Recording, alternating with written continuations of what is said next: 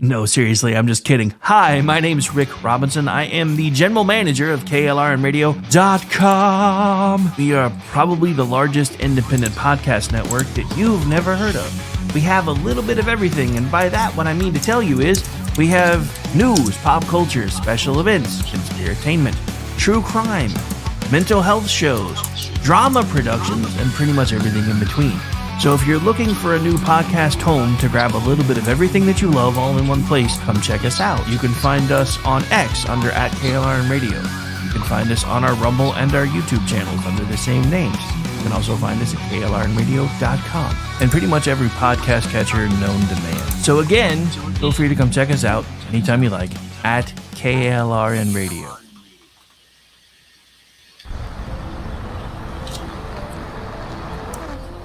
Are you ready to reach for the stars? Tune in to The Lost Wanderer, the #1 monthly podcast on good pods in astronomy. Join our host, Jeff, as he takes you on an interstellar adventure to explore the mysteries of space and the wonders of science. From rocket launches and distant galaxies to the latest discoveries in astronomy, each episode is a thrilling ride through the cosmos. Don't just gaze at the stars, come explore the universe with us. Follow The Lost Wanderer wherever you get your podcasts, and let's discover the stars together.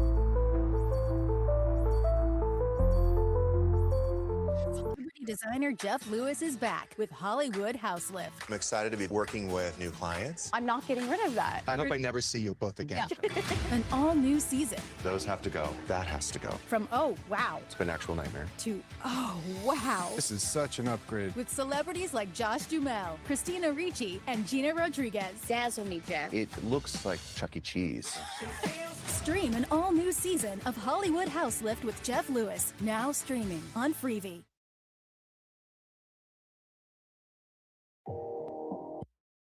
Hi, everyone. This is JJ, the co-founder of Good Pods. If you haven't heard of it yet, Good Pods is like Goodreads or Instagram, but for podcasts. It's new, it's social, it's different, and it's growing really fast. There are more than 2 million podcasts, and we know that it is impossible to figure out what to listen to. On Good Pods, you follow your friends and podcasters to see what they like. That is the #1 way to discover new shows and episodes. You can find Good Pods on the web or download the app. Happy listening. KLRN Radio has advertising rates available. We have rates to fit almost any budget. Contact us at advertising@klrnradio.com.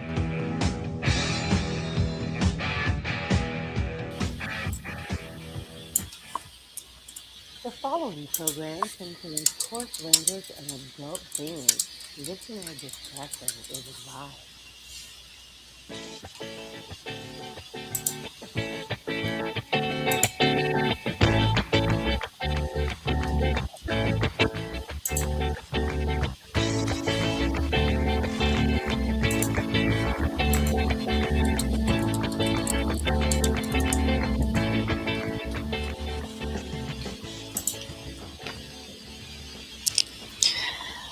And welcome everyone to another episode of He Said, She Said. I am one of your hosts for this evening, Aggie, and with me is the very awesome Rowdy Rick. How are you doing tonight? I am over here trying not to snicker on the air. Okay, why? Because the NASA announcer said erection and backdoor like a couple sentences apart, and I'm not 12 you are.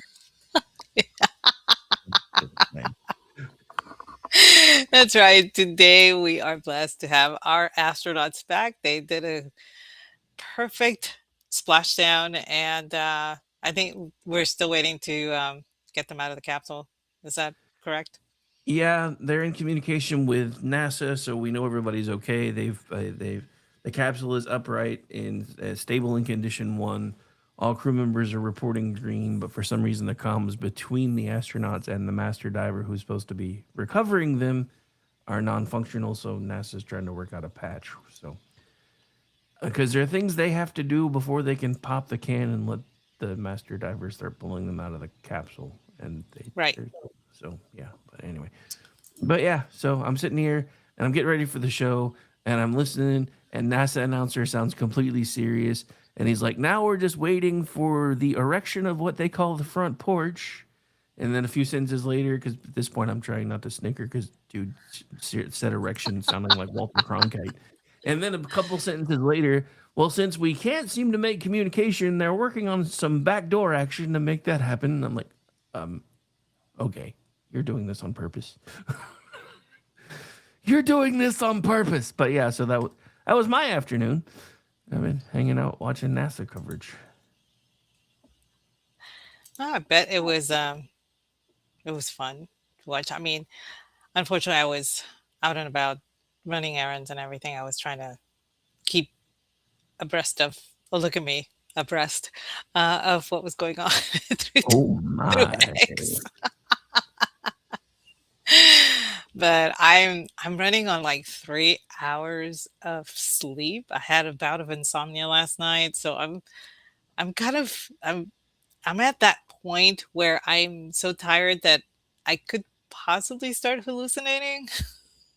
I So mean, we'll see how this goes. maybe you're hallucinating right now. Are you sure we're doing a show right now? Are we? Maybe you're hallucinating right now. You ever thought of that? I don't Hmm. know. If your world is so boring that you hallucinate about me, then you may need more help than we thought. Well, I blame CERN. That's my standard. I I don't mean, care what's going on with the world. I blame CERN for it. I blame CERN for everything, so that's cool. Yeah, exactly. So this is, I couldn't sleep last night. It's CERN's fault. That kind of thing. There was a dead armadillo under my porch. CERN. Just everything is CERN's fault, regardless of the hierarchy of trouble it causes my life. So, yeah. But anyway, we're glad that they made splashdown. That it went without a hitch. Now just waiting, to hear from the comms and everything, because you can't just pop the hatch open. So Yeah, it looks like they still haven't gotten them out yet. I have a feed up, even though we're not. Actually, you know what? Since I guess I could actually put that on the screen and just have it muted. So hang on a second. sure, That way, CERN I is can. not innocent. CERN will never be innocent. CERN is guilty of every single crime known to man. And Jeff, quit saying CERN is innocent in my chat, sir. I haven't even looked, and I know it's you. You're oh the no, it was only one. Stephen. It was Wait, Stephen. it was Steven? That sounded like Yes. a Jeff thing. Sorry, Jeff, if you're listening. That was friendly fire, but yeah, it sounded like a Jeff moment. Anyway, let's put this on the screen. That way, everybody can kind Awesome. of at least There see we what's go. going on. Yeah.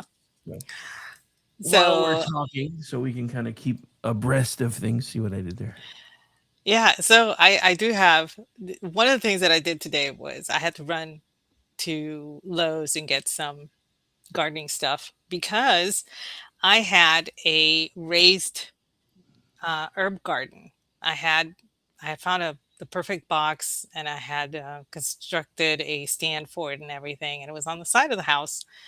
Um, but apparently the deer liked it a lot. So Ah, and it was just the right height for the deer not to have to like bend over.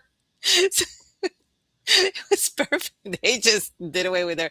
They left the lavender alone. Apparently, they're not a fan of lavender, but they ate pretty much everything else. And then I was like, okay, fine. I'll just get some chicken wire and and put wire around it or whatever. But then upon closer inspection, um, apparently they liked the wood that I used as well, because they were like scratching it and everything, so it made it weaker. And I said, okay, I can't use wood over here, especially on the side of the house that I seldom look at. It's you know how each home has one side of the house when you never go, and that's where you put all your junk or whatever. that that side. So so I decided, okay, let me go see if I can find something that will be a little more sturdy, hardier. And went to Tractor Supply and I got a trough. And I got a small trough. So it was I'm gonna say it was maybe the size of a desk, that long and about that wide, and brought it home. And I decided, I researched and everything. I got some rocks for the bottom. I got some weed film, to put to prevent the soil from falling down where the rocks are, so that when the water filters through, it stays with the rocks, and then it comes back up as it forms condensation, whatever. So did that, put in my herbs and everything, and now it looks really pretty. And it's on my deck, and I'm like, if the deer find it, I'm just taking my gun out. It'll be right there. But they never come up that close. They will go to that side of the house because there's a lot of clover there. So they enjoy, eating the clover there. But apparently I set up a smorgasbord for the deer, and I had to actually go back to the drawing board. And that's what I was doing today, was resetting up my herb garden. And it looks nice. I have my basil, my oregano, my lavender, which survived. I have my parsley, I have dill, I have rosemary. So I'm excited for that. My mom was very excited for that too. Of course she is, because it's a plant. But anyway, Yeah, so yeah. She's just happy you're gonna have all the spices she needs to come up and make you fat again. oh no, she's already talking about that. She asked me to send her pictures, and so I sent her a picture on Easter Sunday, and she said I'd lost weight. I said, yeah, that's the point. This is why I went through what I went through. And like I said, it was a lot harder this time because for a whole month I was hosting. So I was cooking for everybody, which meant, I wasn't just eating salad or whatever. There was no rabbit food to be had for me. So I had to improvise and cut down my portions and do the separate meal for myself and whatnot and everything. But she was upset that I had lost weight. And I'm like, I'm not even the thinnest daughter you have. That honor belongs to sister number 3. Why are you mad at me? Go after her. And she's Nice. like, no, I want you need to gain weight. I'm like, no, I do not, mom. So, but she's got plans. She's already planning. She's going to Puerto Rico for a while, and then when she comes back, she will be staying with me. Pray for me because I'm gonna need the help I can get. Nice. So just Yeah. just to keep everybody abreast of what we have on the screen, you have me saying this word a lot now. It's your fault, just so you know. Looks like they have successfully powered down the capsule, and they are about to send out the front porch raft, and the recovery crew is about to make the approach. So within a few minutes, we'll find out if we got Borg back or people. Just saying. I'm so excited. I mean, it has been decades since we've witnessed something like this, Yeah, I mean, it really has. I mean, and Jen and I talked about this last night. We're both young enough that we well, she's even younger than me, but I was born in '73, so we weren't really doing moon stuff much anymore by the time I was old enough to be paying attention to what was going on. And there was always this thing of, with all the sci-fi and everything else that we watched all the time, we were like, okay, so when are we going to get to do all this cool stuff? When are we going to start, having folks going out and mining asteroids and colonies on Mars and colonies on the moon and all these cool things that we see everywhere? And it's like, at one point, it's like everything just kind of stopped. And now all of a sudden it's like, okay, we're doing this again. And I'm happy to see it. I really am. Oh man, I'm just like, I'm it's how I always say everything old is new again. This is Yep. old becoming new again, you know. Yep. Um so this is, for me, it's so exciting. It hurts though because this is something my dad really wanted to witness for a very long time. And it kept being postponed and postponed and postponed. And my father died last year, so he was not able to witness this. But I am sure that he is extremely happy at this turn of events because he had been hoping for this for decades. and I don't know if you remember, remember that commercial about cheese? It was for I think it was for the cheesemakers in Wisconsin or something. They said in 1969, man went to the moon and found out it was not made of cheese. We have not been back since. And that was one of the greatest commercials ever. But it started making me think, because Yeah, I I remember remember. when I was very little, my dad took me outside. Um, I was I was not even 3.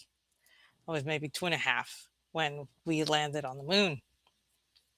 And I don't remember this particularly, but I remember my dad reminding me of it as I grew older, about how he took me outside to look at the moon and he pointed to it and said, "There's a man there now." And he would remind me about this when I was 4 and 5 years old or whatever. And every time the moon was out there, I kept looking for this man. Okay. I kept looking for a man for the longest time. And it wasn't until I was about 10 years old that I finally figured it out. Wait, he's not, he was there, but he's not there anymore. And I should stop looking. But you had the songs "Man on the Moon," you had, the movie, you had the books and all that stuff talking about how, men go to the moon and all that stuff. And so it was silly, I know, but I was young in my defense. And my dad never really told me what was going on. He just said there was a guy up there, okay? I can be forgiven. Nice. Nice. Oh, Oh goodness. So this is, oh my goodness, look, there's so many people there yep. now. There's tons of people. Still waiting for the front porch erection.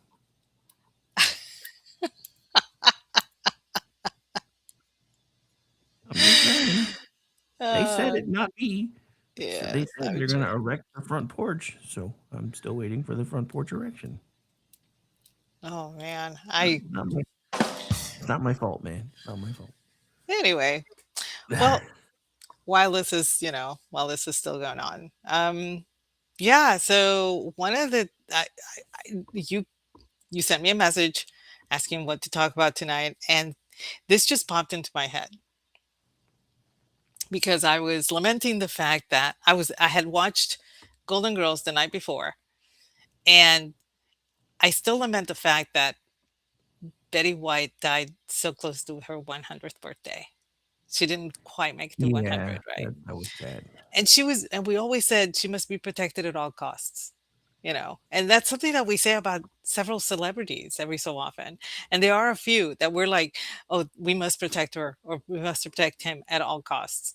But then there are those that should not be ever protected for any reason and should be just thrown to the wolves. That's just my personal take. So that's what, I figured we could talk about that because Well, I thought it was a rather punny topic since we're talking about stars that should either be, completely destroyed or protected while we're returning from the stars. So I thought that was yeah. kind of I thought that That's a was a good bit of a tie-in. That's a good I tie-in. thought We'll that go was with that.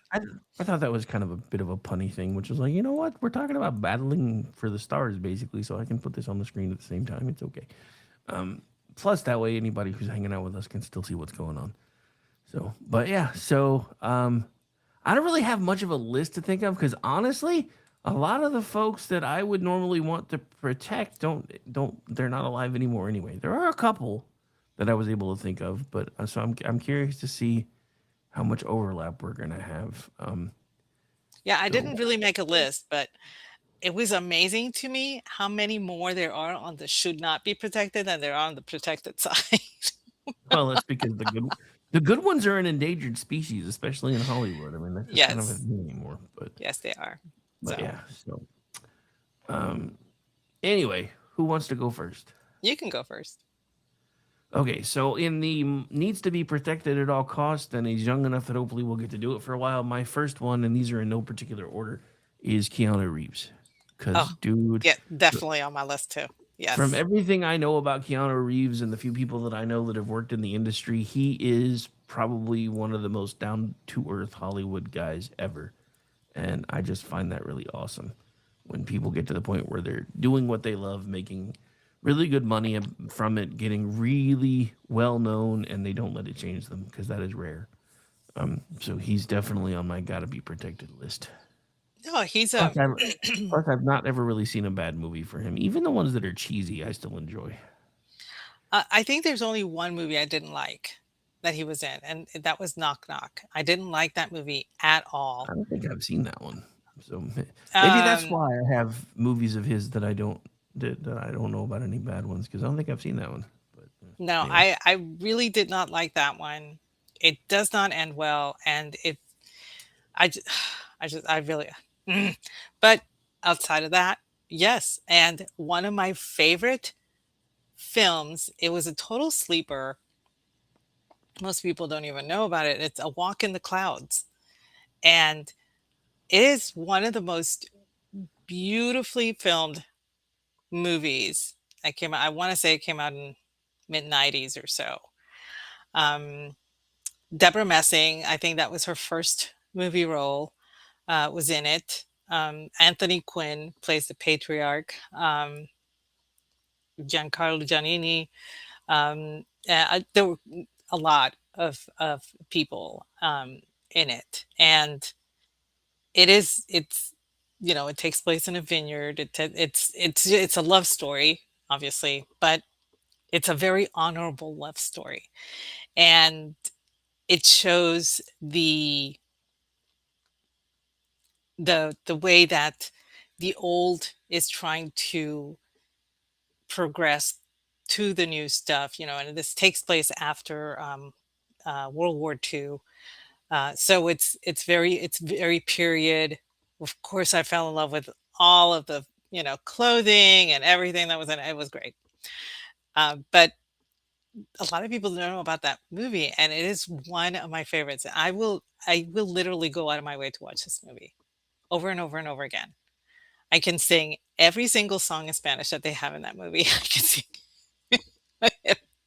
It's fun. I love it. But like he's not an Academy Award caliber type of actor. He is a consistent draw to any film. Any project that he signs on, it's going to make money. Why? Because people are going to go watch him. Why? Because they like him as a person, you know. So I mean, look what happened with John Wick. Everybody thought, oh, nothing. And then, oh, wait, Keanu's in it? What? And that just, went, it was total fire. speaking of John Wick, did I ever tell you about the fan theory that ties The Matrix and John Wick together? No. So in fandom, theories, John Wick is actually Neo as an agent in The Matrix. Okay. I can see it. Well, and honestly, the funny thing is, it actually kind of makes sense because you see him pulling off like this impossible stuff where, if it wasn't a movie, dude would be dead like 14,000 times over. And you're like, so maybe there is something to that. Okay. I can see it. Yeah. So. But yeah, definitely he is one to be protected at all costs. I don't think anybody has ever said any unkind things about him at all. So Yeah. No, none. totally agree. Definitely on my list. Must be protected at all costs. And it's so funny because, he's he's a couple years older than I am. Maybe he's in his early 60s, right? I think so. I thought we were around the And same age, but I think he may be a I little bit older than me. that is one of the funniest things because when John Wick came out, um, I watched it on a premium channel or something, and I was like, this movie kicks ass. This is so cool and everything. And my daughter was walking through the den, and she happened to look when, Keanu Reeves was on, and she stops and says, "Oh my goodness, this movie's with Keanu Reeves." I said, "Yeah, you know him? Oh my goodness, he is so cute." And I looked at her, I was like, "You realize he's my age, right?" And she's like, "Oh, please don't ruin it for me."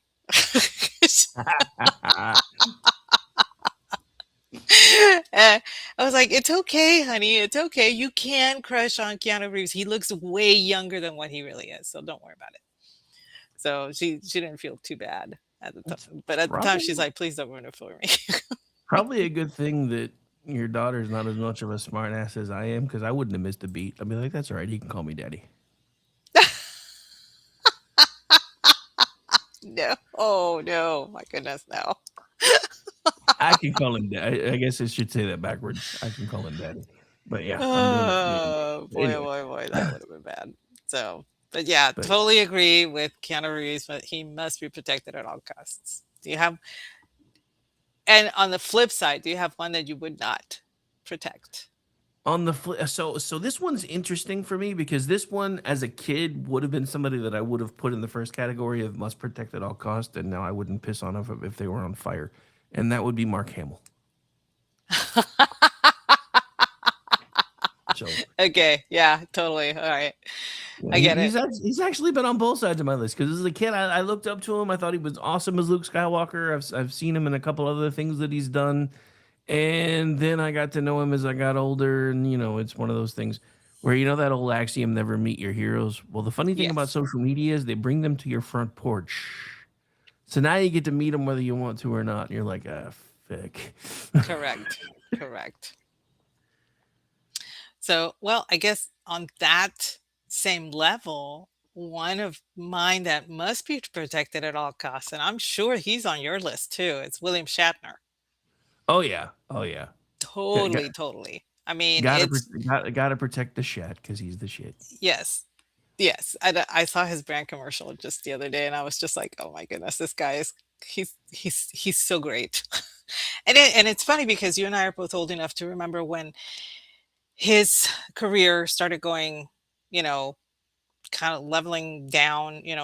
He just wasn't popular anymore. He was doing some made for TV movies like Kingdom of the Spiders.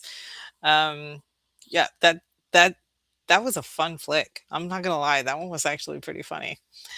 But I mean, they were fun, but they were cheesy. yes, But very. And he put out his video, not his video, his album Has Been, and people loved it. And then of course Robert Weiss, got helm to direct the first Star Trek film, right?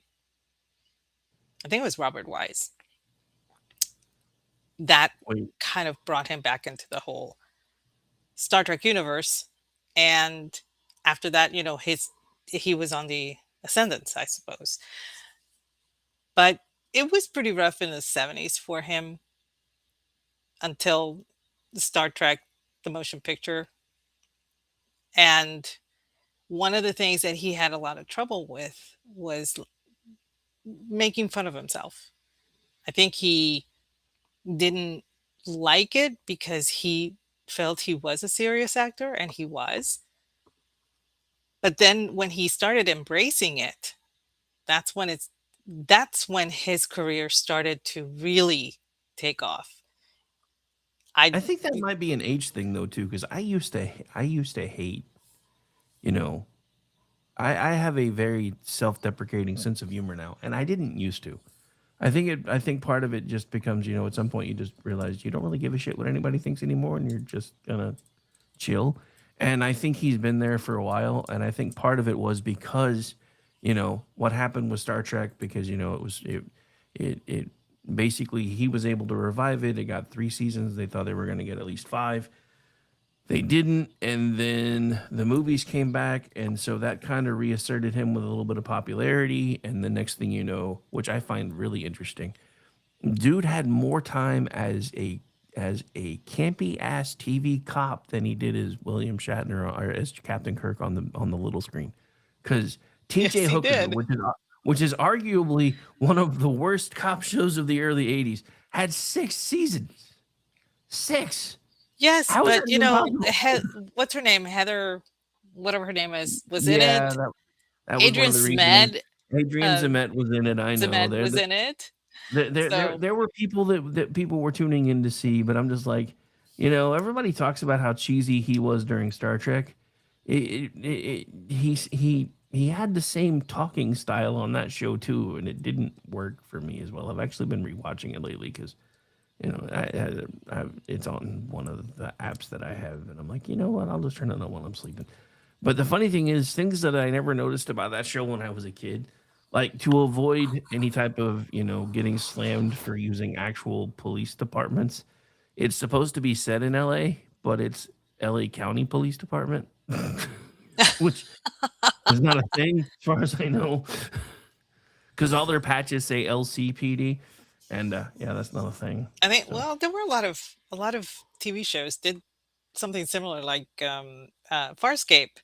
It wasn't NASA; it was something completely different, but you knew it was NASA that they were talking about. yeah, So it's just funny to me how many different things that people are like, oh, they'll get mad at us if we say that. I'm like, dude, if you're doing it, yeah, I don't know, but yeah.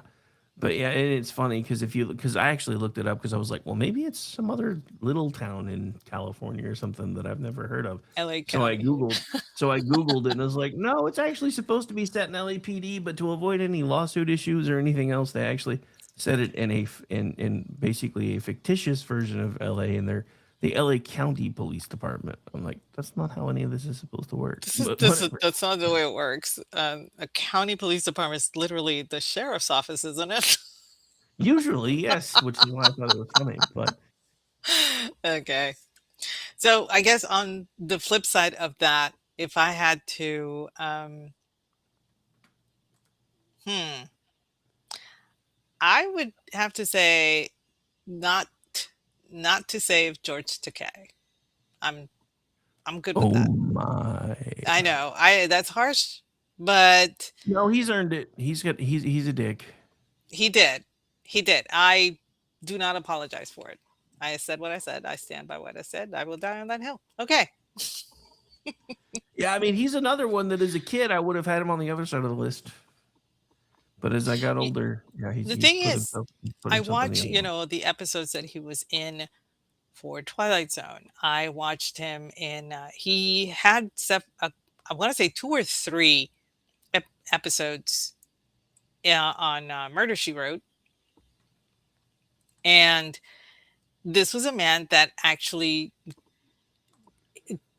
at least one of the characters, he lampooned himself as, being Japanese. So he had the accent, he spoke with that very heavy accent and was not doing Japanese culture any favors when he was doing that. And this was back in the 80s, late 80s. So there was really no reason to have that type of characterization in a movie or anything, but they still did it. And the fact that he did it anyway kind of rubbed me the wrong way.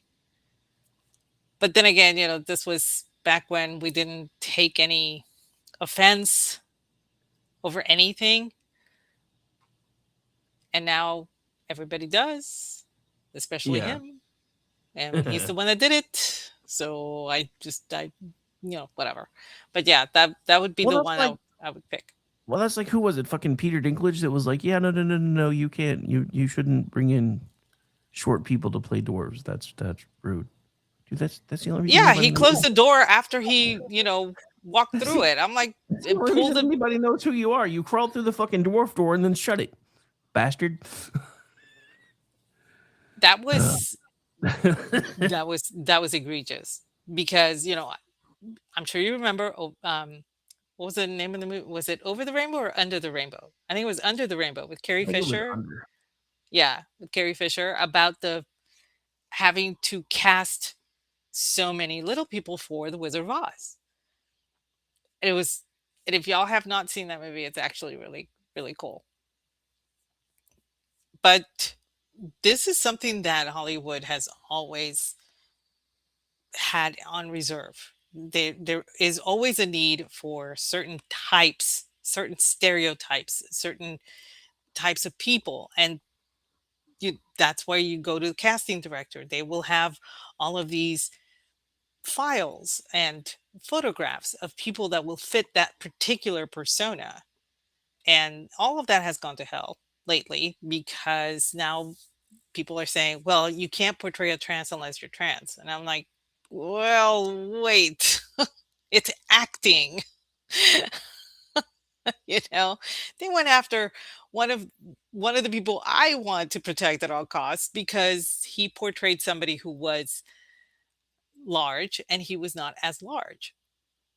So, it has gotten ridiculous. But Well, yeah, anyway, but the whole thing with Dinklage is you would figure that would be the other way around. You figure he'd be pissed off because they were bringing in tall people to play short people. But no, right? for him, it's like, no, that's insulting. No, it's not. No, it's No, not. it That's isn't. that's It is that's the only not. reason why anybody knows who Billy you are. But anyway, Billy Barty was probably the one of the best known little people in the business, and he himself said that when he was cast because they needed a little person, people didn't see him as a little person. They just saw him as somebody who could portray the little person. And it's there's a distinction there because he was regarded as an actor first. It just so yeah. happened that he was this stature and that's what they needed, you know. But Dinklage just like, he just closed the door on everybody. I'm really hoping that that door is like completely blown apart by other by other actors. Oh, I'm sure it will be. But anyway, So, all right. So, what do you got? Who do you got for saving? for saving again, these are in no particular order, but my next one has to be Sandra Bullock. Oh, good one. I like me some Sandra Bullock, and not just for the obvious teenage boy related reasons either. she's actually really cool from what I heard. No, she's another. I mean, yeah, totally agree. Totally agree. Totally agree. She's But yeah, funny. She's kind. She goes out of her way for people. What's not to like about her? well, the thing is, she basically she plays the same kind of characters that she actually kind of is in real life. I mean, I think the most controversial role she's ever done was The Blind Side, but that's all because of the story that came out after the fact when the guy tried to profit off of everything because he said that they were mean to him, etc. And I still don't really know what was going on with that. But one of my favorite movies that she was ever in had to be Miss Congeniality. That was just fun. And That then was so perfect. She was so great in it. Demolition Man was awesome too because I love the scene where Sylvester Stallone thinks they're about to do, the thing, and she's like, "What are you doing?" He's like, "What are you doing?" Exchanging body fluids? Ew. I feel like we're kind of there now. If I'm Yeah, being honest. pretty much. She had the best stuff though. All of the kits that she had in that apartment of hers was so great. I mean, she's been in some awesome movies though. She was in Gravity. She was in Speed, which you would think would not be a very good movie, but her and Keanu Reeves together. See what I did there? Um, Yep. that was just awesome. She was in While You Were Sleeping, which was another really good movie. I love that Miss film. Congeniality, and then The Proposal, which I have to admit I only ever saw because I was on a date, but still, it was a good movie. It was a good movie. My daughter made me watch The Proposal because Ryan was in it. And I was like, okay, fine. But Betty Davis stole the show. I mean, Betty White. I Yeah. loved her in that. So one of the funniest things about Betty White, and again, I think this comes with the age thing, is when actresses and actors get to the point where they just start having fun just for the sake of having fun. Like seeing her in what the hell? What was the name of what was the movie with the giant alligator or whatever it was? Oh, Lake Placid. Lake Placid. Yeah, seeing her in that, I was like, that's not something I would have expected to see her in, really. No, and Even she though was I think before that one she did Hard Rain. And she was this cantankerous bitch in that movie. And her husband was just finally just snapped and just yelled at her. I was just like, whoa, this is Betty White. nice. You can't yell at Betty White like that. Anyway, but yeah. But yeah, she's again. We should have protected her better. We did our Honestly. best, man. Some of us that tried to, anyway. Okay, so wouldn't you protect this time? So oddly enough, most of my picks for that have started out on the other side. This is the same. Will Smith, for me in the 80s and 90s, would have been somebody that I would have said protect at all costs. And now I'm just like, meh, don't care. So, yeah, he's on my don't really care list anymore. Yeah. What a fall from grace that guy took. But Yeah. I think the fall from grace started happening right around the time that he was making Wild Wild West. That's when that started to turn for me. It He actually had started earlier than that, but I'll explain in a minute. Finish your thought. oh, I'm sure. I'm sure. He had just done Men in Black, and he had done I forgot what the other one was, but somebody from Time Magazine asked him. It's like because he was working on Wild Wild West. They asked him, it's like, what does a movie need to be a blockbuster? You know what his answer was? Me. Mm-hmm. Yeah, that was it. That's what he said. And what happened with Wild Wild West? Was it a blockbuster? No, it was not. No, it was. Even though it had Kenneth Branagh in it and what's his name, Kevin Kline. Yeah. It did not do well. It did not translate the way it should have. And I think, in my opinion, Will Smith was miscast for that role. Yeah. Actually, I guess you're right. I guess Wild Wild West was first, but the one that stuck out for me, and I didn't find out about this until years later, was iRobot, because I was doing a rewatch of that a few months ago, and somehow and it's because he's not even listed, but I never knew that it was Alan Tudyk that did the name for Sonny. Yes. And during the pre-screenings, he was testing higher for the audience than Will Smith, so Will Smith demanded they remove his name credit. Everybody liked Sonny better than Will Smith's character. Even removing Alan Tudyk from the credits did not diminish Sonny. And there were I remember a friend of mine who works in merchandising for big films and stuff like that. One of the things they wanted to put out was a Barbie type of doll that was Sonny. They really wanted to do that, but they felt that if you're putting the spotlight on Sonny, you're taking it away from the main character, who was Will Smith. So they actually scratched that off. That just And seems that's crazy too to bad. me. It would have made them a lot of money. That just seems crazy to me because look, this is my thing. So if I were Will Smith, or if I was Will Smith's agent, and I found out that, hey, they're thinking about putting this doll out that's tied to the movie, but it doesn't have your face on it, but I've negotiated like 2% of the cut for you, I'd have been like, I'm down. Let's do that. I don't Yeah. care.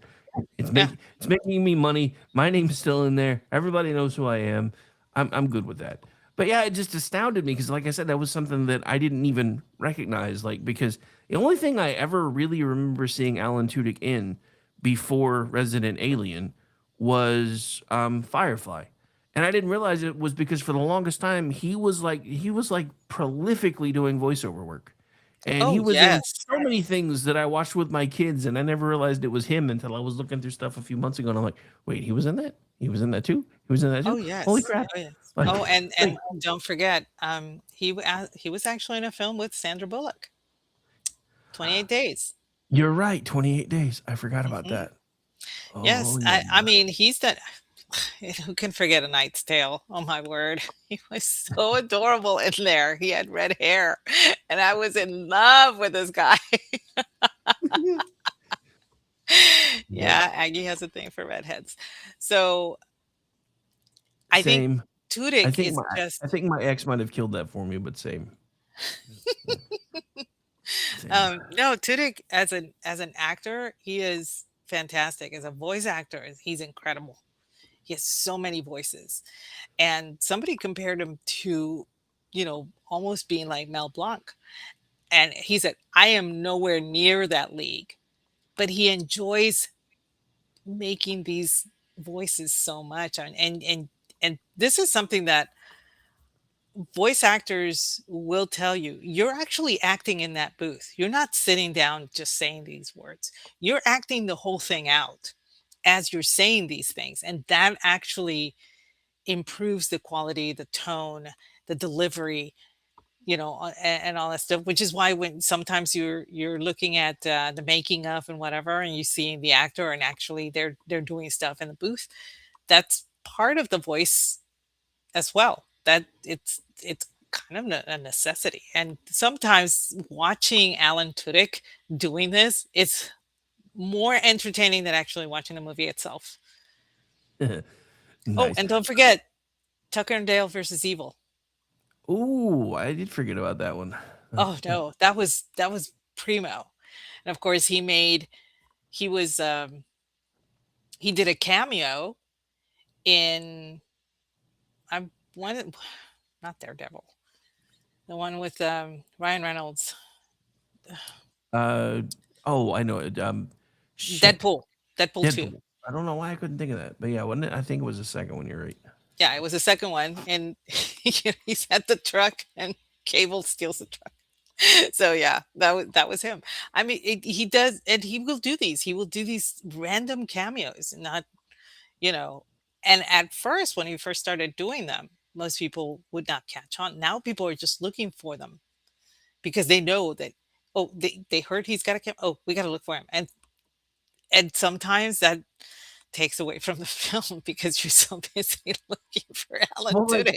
For me, and I didn't even know he was in it, but the brightest spot for me in the entire new Superman movie was finding out that he played the voice of one of that he was the voice of one of the robots. And there was a scene that he improved, and it stopped the entire production for like 30 minutes because nobody could stop laughing about it. Because there's a scene where, and I think he was robot number 4 or something. And there was a scene where he'd been injured or something or damaged, and he's like, I hope someday you give me a name. And he's like, and Superman's, well, like, number 4 is a name. He's like, Gary is also a name. And everybody just lost it. Because it wasn't part of the script, and everybody just went nuts, and it took like 30 minutes to get everybody calmed down well enough to start shooting again. But yeah, just the little bit that he did for the robot made that entire movie for me, because the rest of it was just so chaotic and so weird. And it's another one like Fantastic Four, the newest one, that was really, really good as far as the aesthetics and how it looked, and it looked like it was part of a comic book world. And the story was just meh. And I hate that. Because that is so Hollywood now. They have gotten so to the point where they put everything into the aesthetic and nothing into the script. For so many things now. And I'm like, we're finally getting the worlds that we wanted when I was a kid. When you had Christopher Reeves playing a very awesome Superman, but it was kind of a real world Superman, and it didn't feel like he was part of a comic book world or anything. But the stories were awesome, except for that one with Richard Pryor, which they should have. Oh no! I have to disagree. The one with Richard Pryor was hilarious. It was stupid. I didn't like that one or 4. Oh no, 4 sucked. Not even. What was her name? Was it Mariel or Margot Hemingway? One of the Hemingway. Which one? Mariel? Yeah, I think it was Mariel. I think. Yeah, not even she could save it. But number 3, my dad loved that movie so much because he was such a fan of Richard Pryor. And the only thing I ever needed to say to my dad was, I don't believe man can fly. And my dad would lose it. Immediately lose it. Just, I mean, without any explanation. And of course, nobody else would get it but me and my dad. So we had that going. My dad and I have a few things like that, and it's funny because I always used to do that in front of my brother. We'd say one of the things that only we would get, and my brother just kind of roll his eyes. But So we can agree. Alan Tudyk, yes, must be saved. Yes. Definitely. Um. Yeah. But yeah, I don't even think you. I don't think that was.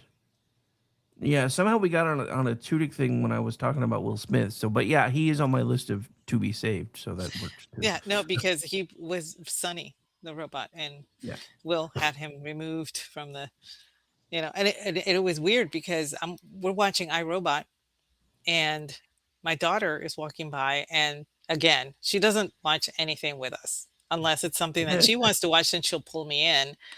But normally, she doesn't like science fiction, so she'll just walk right by. And Sonny is talking, and she stops and says, "Is that Alan Tudyk?" And I was like, "Holy crap, you're good." He's like, and she says, "No, it sounds like this other character from another cartoon." and and I said, "Yeah, it is." And she's really good. She can spot it. That's one of her favorite actors. So she always goes looking, and she will watch everything that he's done except for Firefly. She won't watch that, and she will not watch Serenity because she knows how it ends. So, and she So just cannot deal with apparently that. if they can find a studio for it, they're bringing back Firefly as an animated series, which is kind of cool. I think so. I guess they're going to do it between the end of the show and the Serenity movie because the entire crew's still alive, Yeah, yeah. which is cool. So I'm not sure if you know, but there was a fan film that was funded by, I want to say it was a Kickstarter, and it's called Brown Coats, and it was kind of a tribute to Firefly. It came out maybe 15, 16 years ago. I'm gonna have to see if I can find it now because no, I didn't know that. I have it on DVD, and it's not bad. It's actually pretty good. And it's like totally unknown actors. Obviously, these were just fans that got together to make this film. So, but yeah, look for it because I think you can find it online now.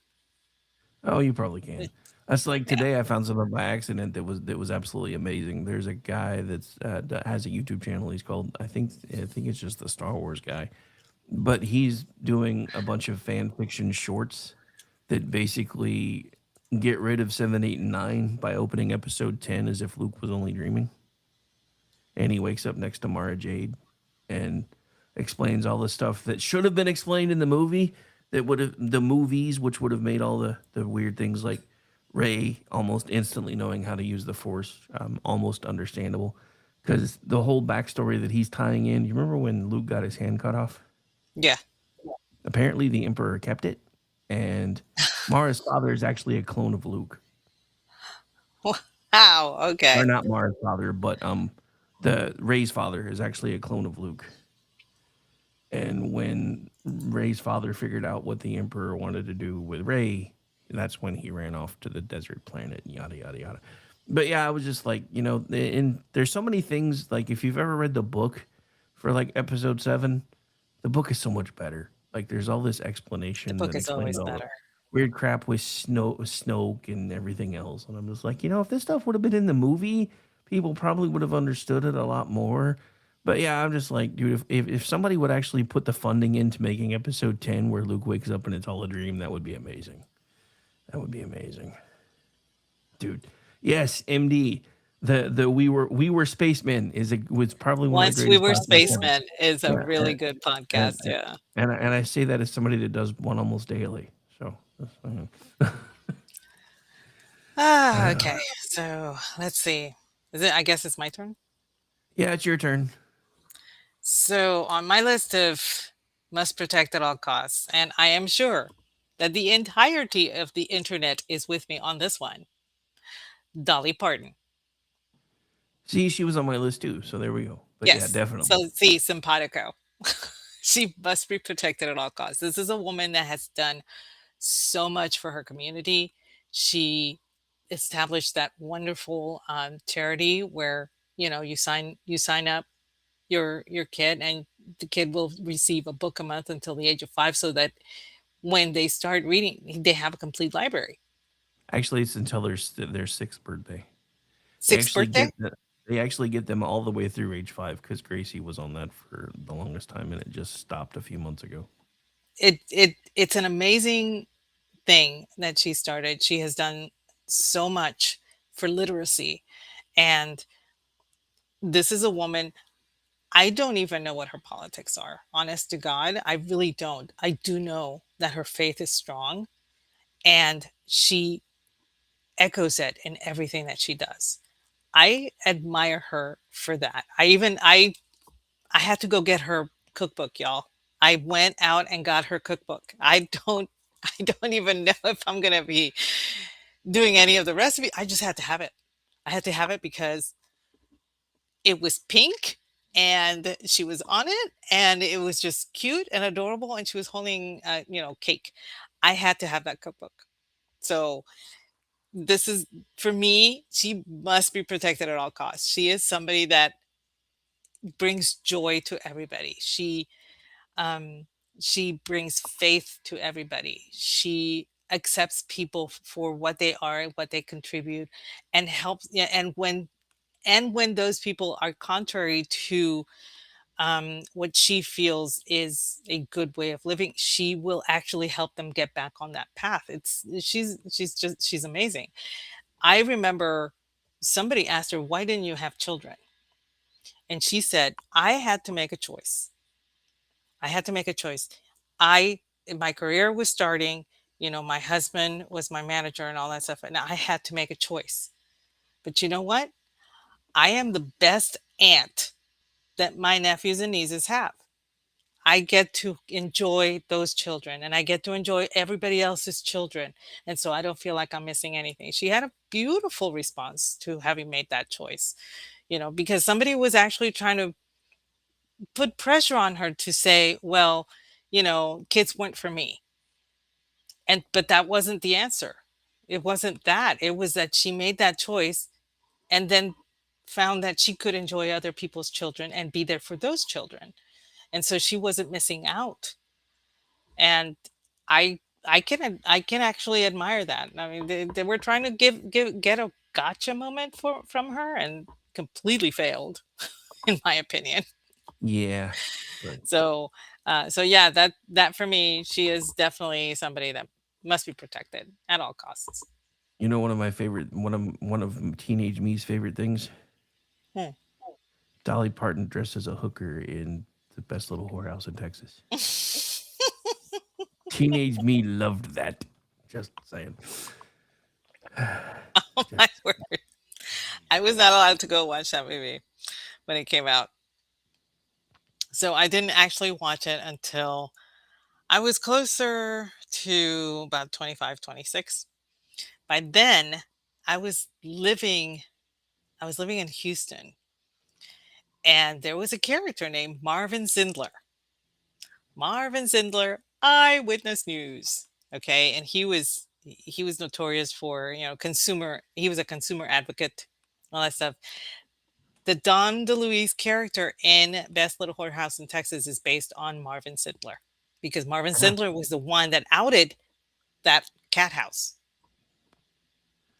Nice. and the football players that Texas A&M and UT would take over there upon occasion as a treat. Yeah, all that stuff that they made into the musical. Yeah, it came from somewhere, y'all. But yeah, everybody loved Dolly in that film. They really did. Yeah, I think the first film that introduced my mom to Dolly Parton was 9 to 5, and my mom loves that that was a movie. fun movie. That was a fun Yeah, movie. she loves that movie, and I could watch it over and over again. I think that's the only Jane Fonda movie that I. Nope, nope. I've actually watched two. The other one was Barbarella. Don't judge me. And I mean, um, I watched Barbarella too, but I think I might have been watching it for different reasons.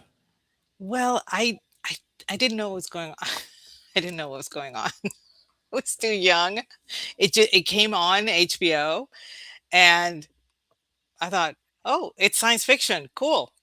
That's where I was at. Okay. So I, I I didn't know everything that was going on the first time I watched it. Years later, I watch it again and I'm like, oh my goodness. I can't believe I watched this when I was 12. Meanwhile, George Takei is sounding off in her head, going, "Oh my." Oh my. But yeah. Oh, MD, I watched Six Pack. I actually went with my sister and her friend, Diane Lane. She was 16 when she did that movie. I remember that. Yeah, So Six Pack was actually a fun movie too. Kind of, I mean, looking back at it now, I'm like, yeah, it's definitely a movie I enjoyed more as a kid, but it was fun. it was fun. You know, Kenny Rogers doing all the gambler movies and all that stuff, and everybody in my high school was like, "Oh, there's a gambler movie coming out, next Sunday, on ABC, blah blah blah blah, and everything." And the teachers actually made allowances because they knew that the kids were going to be watching TV that night. Oh, nice. So they didn't actually put in homework on Friday to be turned in on that Monday. So yeah. It's MD like, in the chat. MD in the chat. True story. I actually had a Dolly Parton branded frozen shrimp and grits meal for lunch on Wednesday. So there's a thing. wow. Okay. Maybe I should crack open that that cookbook. Nice. And yes, I have to agree. Barbarella is a weird and not good movie. Nakedness. Well, notwithstanding. it was adapted from a graphic novel, right? Or some I comic, think so. some adult comic or something. I'm not really familiar with it, but I think that's where it came from. But the next time that I watched it, I was like 20, I think. And I was like, yeah, this movie kind of sucks. And I can't believe I watched it when I was 12. And oh my gosh, what are they doing? He's supposed to be an angel. What? Yeah, I was not a happy camper with this movie. This is not how angels are supposed to behave. I'm going to tell my priest. Oh, wait. No, I can't say it. I can't remember what I was watching. Never mind. All right, let's see. So for the ones not to be protected, and this is an entire family. I have Okay. a new way to say this. Who we throwing under the bus? That's Okay. Who we throw under the bus? The entire Kardashian clan. All of them. The Jenners and the All of Kardashians. them. All of them. all I of want them them, gone. especially Bruce/Caitlyn. Just I think he's the only one that I could possibly tolerate for a little while. But the he's a mom's got to little- be the first he's a one. little too weird. The mom's but- got to be the first one under that bus. But It's- yeah, no, I It can see that. is, to me, it is disgusting what these women have done with the name. Their father was somebody of stature, and I mean, they took that name and just soiled it, as far as I'm concerned. But yeah, all of them under the bus, and then put the bus in reverse, and then put it, on Back in drive, and then reverse back in again, and then reverse, drive and then again. back and drive. So that way you can just keep singing the wheels on the bus. Go squish, Keep squish, that squish, squish. squish, squish, squish, squish. Oh. You should- you Alrighty. should- So Gracie, a couple years ago, that she was like really, really big on that song, and I finally just after listening to it like a million times, she wanted me to turn it on in the car, so I started singing the wheels on the bus go squish, squish, squish. You should have seen how big her eyes got. She was not happy. She's just like, Papa, that's not the right words. Like, I know, but I'm tired of hearing this song. I That was was. like, I think I one. watched one episode of Keeping Up with the Kardashians, and that was the episode where they were celebrating their late father's birthday. They went out to eat, and they were all talking about Bob Kardashian and everything. And I was watching it, and I was like, how could these people be the way they are and then try to honor their dad like this? I don't get it. The disconnect was just so huge that it just like, okay, I'm tuning it out. Forget it. Just all of them under the bus. So All right, so All I right. feel like we do. I feel like we do have to break in for just a moment. The astronauts are actually in the process of being recovered from the capsule as of right now, and They're all on the front porch. they just the newly erected front porch. Yeah. So now they And have to be hoisted up to the helicopters so they can be. yep, the helicopter is actually about to be on station, but yeah, they were just clapping each other on the back and everything else in mission control. So, and everybody looks human still. So there was a So far, so good. there was an I AI was thing. There was an AI thing going around with them coming back looking like the no, board. And I'm like, I was afraid that this was going to be Life. Do you remember that I- movie? yeah, I remember that movie. Oh God, I hate that movie. I I mean, cannot tell you how much I hate that movie. it still might be. You never know. They didn't start showing symptoms for a little bit. That's not, Whatever. that's Okay, so not- okay, your turn. Oh yeah, it is my turn again, huh? Mhm. All right. So honestly enough, since we already accidentally gave up Tudyk, another one on my list of people that I feel like need to be protected at all cost is somebody that Tudyk has worked with quite often, and that's none other than Nathan Fillion. He's so cute. Dude is just awesome. And like he's another one that just doesn't take himself seriously. Like doing the doom scrolling thing a couple months ago. I saw him do like this corny ass joke that's been around forever, but he just made it so cool. And he's like, why are there so many vampires in America but none in Africa? Because they bless the rains down in Africa. And I was just dying because I'm like, you know what? There's no way that anybody that's got a stick up their butt would be dumb enough to do that real. So that just that No, he's quite funny. He had a small part in Percy Jackson and the Olympians, the second film. The first one was The Lightning Thief, and the other one was I forget, but he was in the second one, and he played Hermes. And so Hermes was in charge of UPS. Okay, and so when they were going in there, and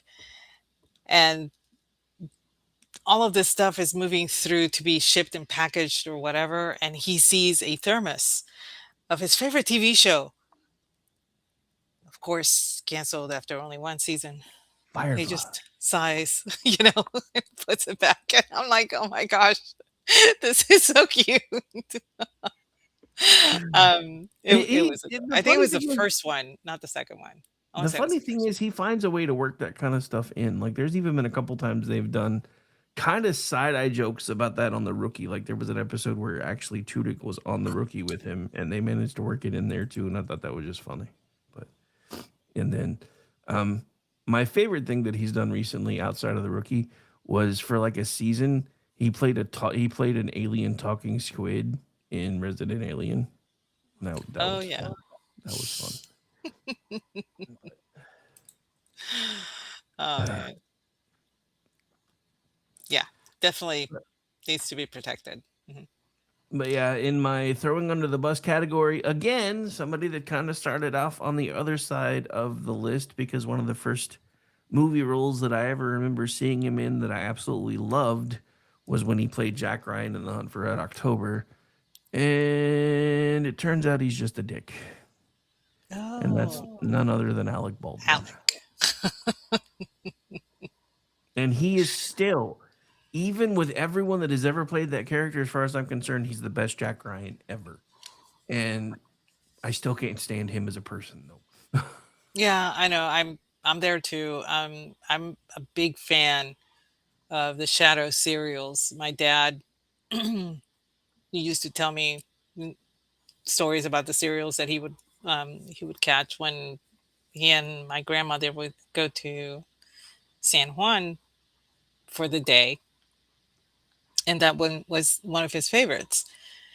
And when I want to say it was NPR Wireless, that was the catalog for NPR.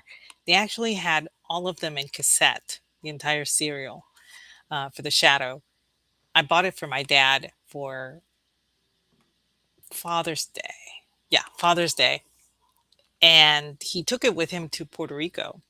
And my uncle enjoyed it as well. And he left them to my uncle when he was down there. My uncle asked me if I wanted them back, and I said no. You can keep them because I know my dad enjoyed hearing them with you. But that was one of my dad's favorite serials, and so when the movie came out, I had to go watch it. And his portrayal of Lamont was so good.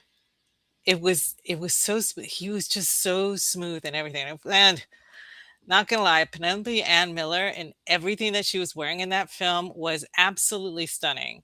I don't know why she didn't do as well as an actress. Her career didn't really take off that much. But in that film, if y'all have not seen The Shadow, watch it just for her. She is absolutely stunning. She's complete and total eye candy. And of course, there's Tim Curry's in it too. There's so many different people. Ian McKellen is in it. Oh, It was a nice. it was a fun film. It really was. And his portrayal of Lamont Crane was perfect. So that is, I think, one of the few times when I can actually suspend my dislike for as a person and just enjoy the film because it was that much fun. It really was well done. It didn't do well in the box office, but it's a fun film if you haven't seen it. And if you dig the whole 1930s, 1920s Art Deco, 1940s vibe, you will really enjoy that film. You But know, yeah, I totally I under the have bus. I have watched that before, but now I kind of want to watch it again. But yeah, I No, can it definitely see that. I can it definitely see it, why it the both really of it them. really is. And I mean, I still want her entire wardrobe.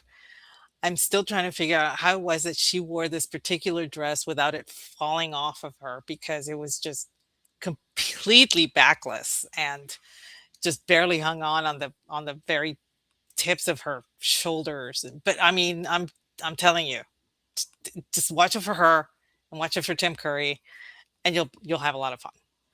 So, but yeah, he totally under the bus, totally under the bus.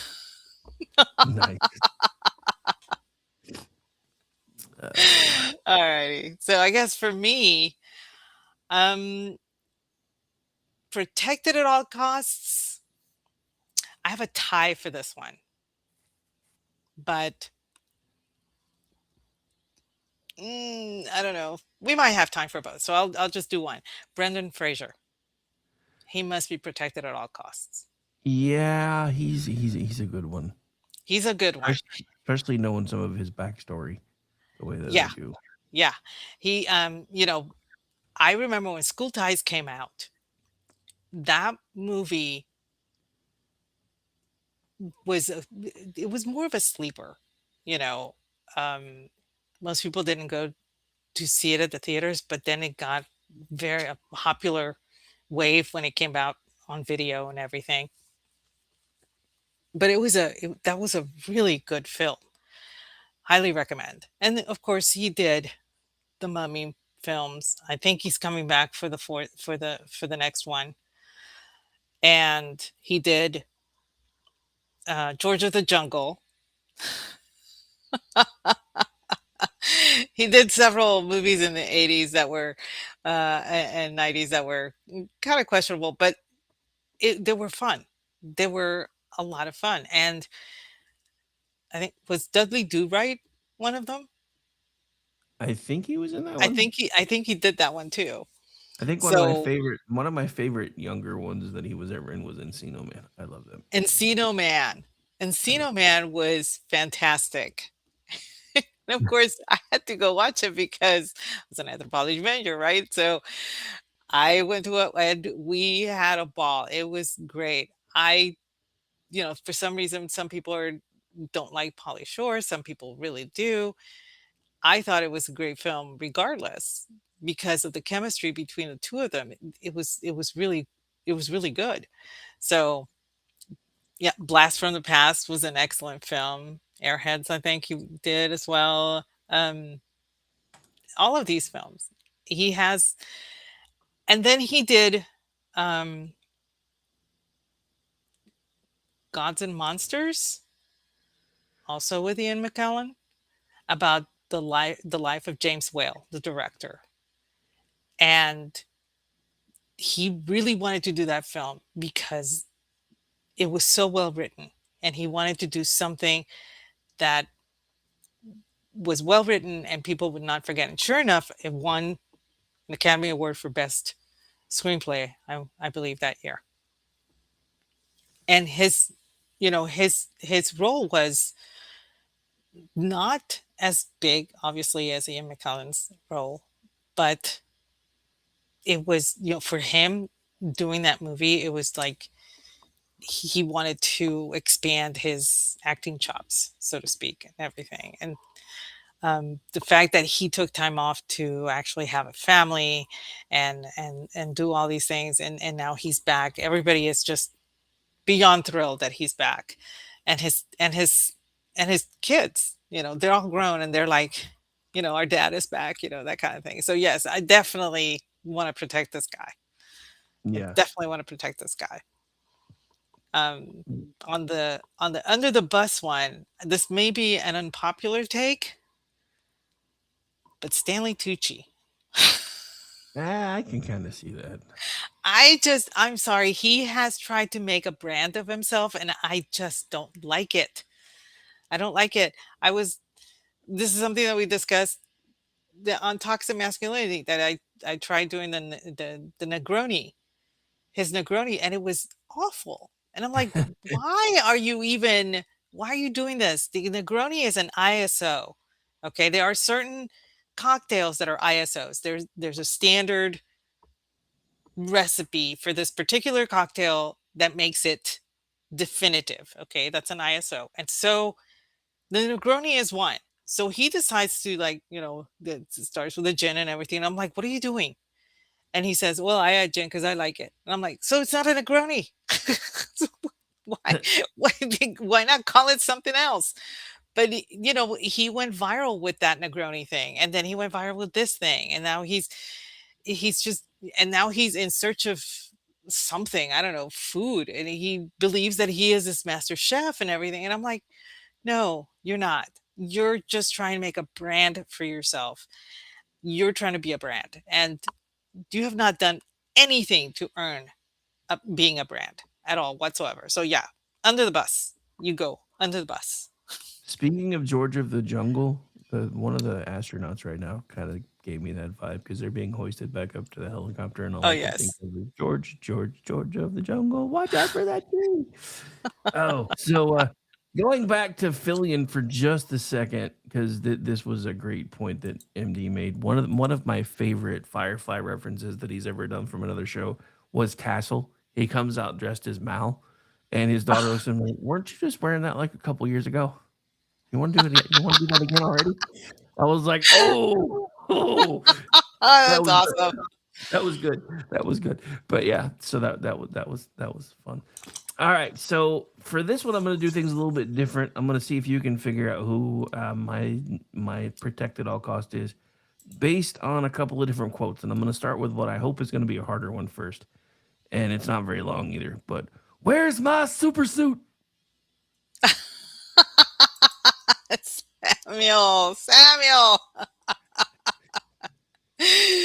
Samuel L. Yep. Gotta protect him. And I've kind of had a mixed bag with him, but I think my favorite thing was hearing how excited he was when the guys that were shooting Star Wars Episode 1 tried to keep getting him to come to London, and he had no idea why. And then they handed him a script, and he's like, "Wait, I get to be a motherfucking Jedi? Like, I seriously get to be a motherfucking Jedi?"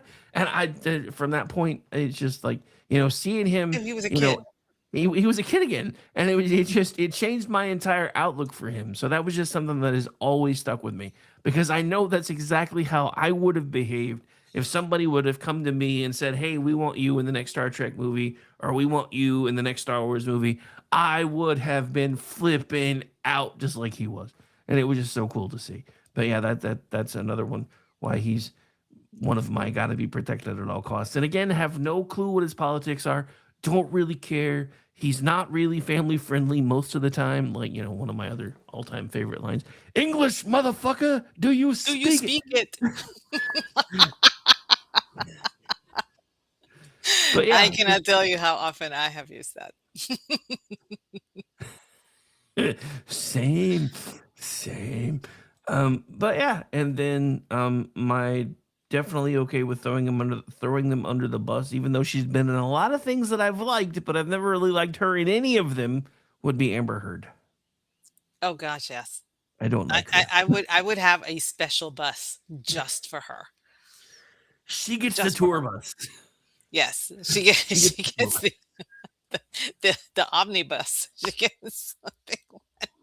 because she has done a lot of really cool stuff. But even though I like a lot of the things that she has been in, I don't like her in anything. Like she was in Aquaman and Aquaman: The Lost Kingdom. I enjoyed Aquaman. Didn't really care that much for the second one.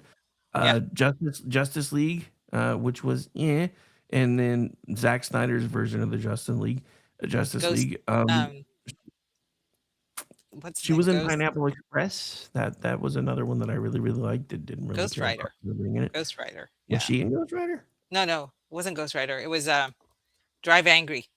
Drive Angry. Yeah, she She was was in in that Drive one. Angry. So, But yeah, she basically was like early supporting in like all the mid 2000s. She had a little bit of breakout recognition from about 2008 to 2011. And she became most visibly well known for playing Mara in DC films from 2017 to 2023. But again, even though she was in all of these things that I went to see, I didn't care that she was in any of them. nope. So Totally under the bus. She gets the omnibus. squish, Big tall squish. one with lots of wheels. Yes. The she gets the special omnibus that was built in Britain, and it's a double decker. Yes. Just saying. All right. So for me, protected at all costs, and I don't want anybody making fun of me because Too late. everybody here will understand why as soon as I say his name. Too late. Henry Cavill. He must be protected Eh, at all costs. eh. I mean, it's your list. You can say what you want, but No, the guy is like a very humble individual. He is total geek. I mean, one of the funniest stories about him is that he almost missed a call about the casting for Superman because he was messing around with his PC or playing a video game or something. He is so devoted to the work that he is, working on that he wants to keep it faithful, you know, and that is important to him because he realizes that that is very important to the fans. So for him, being faithful to the work, whatever is being interpreted on screen, is very important. And he is very, very much somebody who is very respectful of everybody that he works with to the point that he gets criticism for it. Witness what happened with the People magazine thing and how this girl says, "Oh, there's definitely a boundary, I'm not allowed to ask him anything, blah blah blah blah." Even though she respects it, people on the internet were like, "What a jerk he is that he doesn't let her ask questions." And I'm like, "No, no, no, that's not what's going on." That's like he's saying, "She's a teenager, I'm in my 40s. Anybody else doing this would be considered a pedophile, and I'm not doing that." So, I mean, for me, that I want to protect him at all costs because he is actually one of the good guys. Um, by the same token, under the bus, I would have to put Ryan Reynolds. And I know I'm going to get a lot of heat for that. Ryan Reynolds, I get it. He's very funny. I have followed his career since he was doing The Outer Limits back in the 80s. Okay. I mean, he was a teenager then. So I have been watching him for a very long time. And he has had a really good career. My guess is he has a very successful marriage as well. He has a lot of kids, it's all great and everything, but it has become for him a question of a brand. And once you reach that point for me, you're taking the joy of that away. So he goes on the best for me. I can see that. I mean, you know, I was kind of ambivalent until the whole Mint Mobile thing, and then I heard about some of the stuff that they kind of do behind the scenes, and I'm like, you know, he's got his Yeah. face all over that, and that's just kind of not cool. But yeah, anyway. But yeah, so I can kind of see that. But Yeah, it's just, the facade that he has out is one thing, but it doesn't translate to, behind the scenes. Whereas, for Henry Cavill, it really does. For Brendan Fraser, always, that there is that consistency. It it is not constant with Ryan Reynolds, and it's sad because I know that everybody enjoys his films. He's very funny.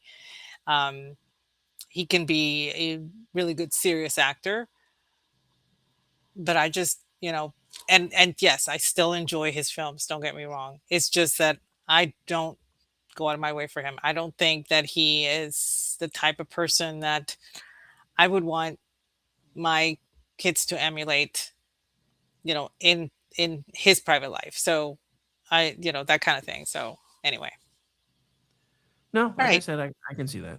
But Well, we're almost at the top of the hour, and I think we are. have the quest for Questeros or whatever. I can never pronounce it, Jeff. I'm sorry. The Curse of Stephanoros is up next. Stephanoris.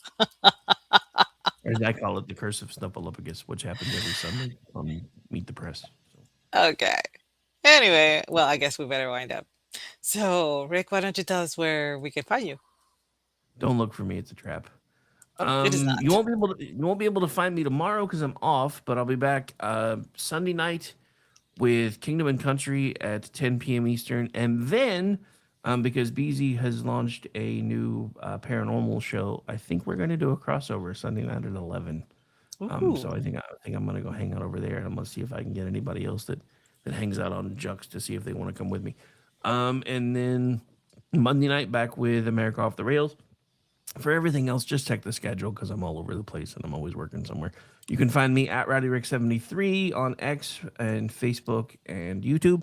You can find the network at KLR Radio on Facebook, X, YouTube, and on Rumble. We are America's Podcast Network because for some reason Rumble didn't like KLR and radio.